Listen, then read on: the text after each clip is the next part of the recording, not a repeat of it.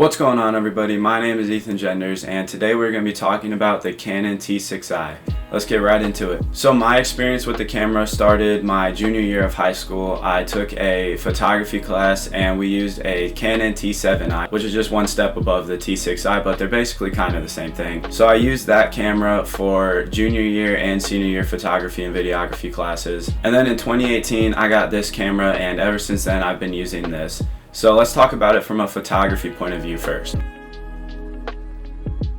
A lot of Canon cameras, and including this one, are built for photography. So this camera is mainly used for photography, which is actually pretty cool. I've gotten some really cool pictures with this camera, and it's really good because it has all the modes you need. Right on this dial up top, it's got manual, automatic, landscape, portrait, motion, all that different kinds of stuff. This camera is just kind of all around a really good camera for photography, but I'd say it's only really good if you're starting out.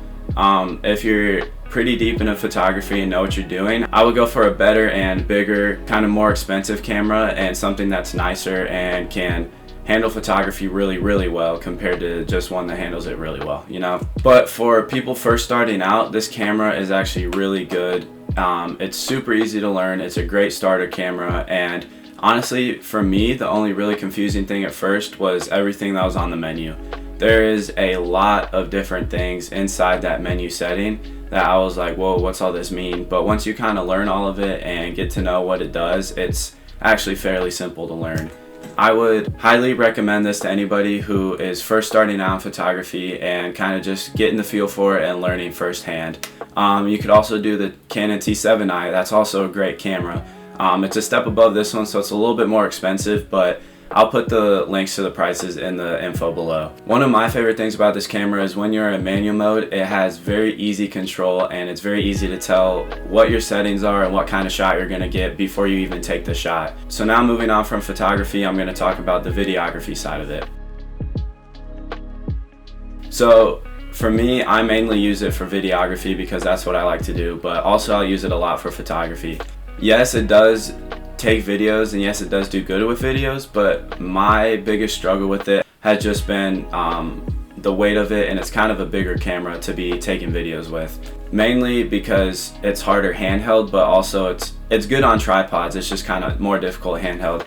I know for me, I've tried shooting a couple intros and stuff, and I've held it out like this in front of me, and within like 10 seconds of the video, my arm's already tired and the camera is shaking. It's just a bad shot. Another experience I had was when I went to Wisconsin, and I shot a video during that. I was hiking and I had my camera around my neck with my strap, and it was sitting here the whole time I was hiking. It was just swinging back and forth, just hitting into my stomach, and it was just really annoying because then I started to have to hike like this, holding my camera, because it was just moving everywhere, and it's so big and kind of just bulky on your chest, you know? Besides that, it's still a great starter camera for videos, but I would honestly recommend something other than Canon, because a lot of Canon cameras aren't really geared towards videography. They're geared more towards photography, but this was just a camera that I knew and that I loved, and so that's why I ended up getting this one firsthand.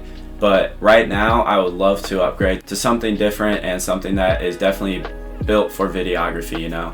One of my favorite features that really helps with videography is the flip screen. So on the back, there's a screen so you can see everything going on, and it's honestly such a luxury to be able to flip it out. So I can flip it out like this, have it facing forward, and so then everything's facing that way. But then let's say I want to take a low down shot to the ground, I can take this and flip it up, and so then as you can see, when I'm looking down at the camera, I can still see the shot that I'm getting, and I'm still able to tell what I'm taking a video of. This flip out screen has honestly been really helpful for me and super awesome to have, and it's just been really good to be able to have a camera that has a flip out screen, because honestly a lot of them don't, and it's really helpful to be able to do that.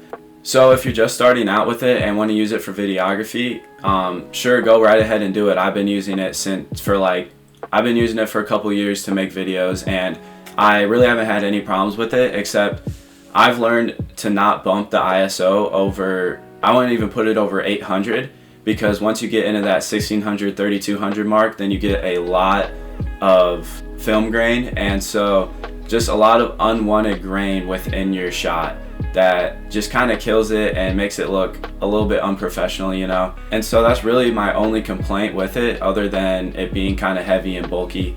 But that's also something that you can get past and still use perfectly for videography. Along with that, while you have it in the video mode, it's also really easy to tell what you're doing, because you can see right on the screen the shot that you're taking. And so as you're adjusting your settings, you're able to see the light that comes in and leaves the shot and all that kinds of stuff as you're changing the settings, compared to when you're taking a picture with it. You can't really see that right away until you take it, unless you know how to read the little meter within the viewfinder, you know. Personally, I'd recommend it for photography for people starting out. On the videography side, yes, it does work, but there's also a couple flaws and a couple things that I don't really like. But I still am able to get past those and still make good videos and do what I love to do. So if you want the prices for this camera and also the T6i, I will put those in the link below. I'll also try and find the thing that I got, because I ordered a package off of Amazon that came with a tripod, filters, SD cards, and a bunch of different stuff like that. So I'll see if that's still available on Amazon, because it was like 3 years ago when I got it. So I'll try and find that, and I'll put all of that info down in the link. Once again, thank you for checking out this video, and be sure to subscribe and check out my last video.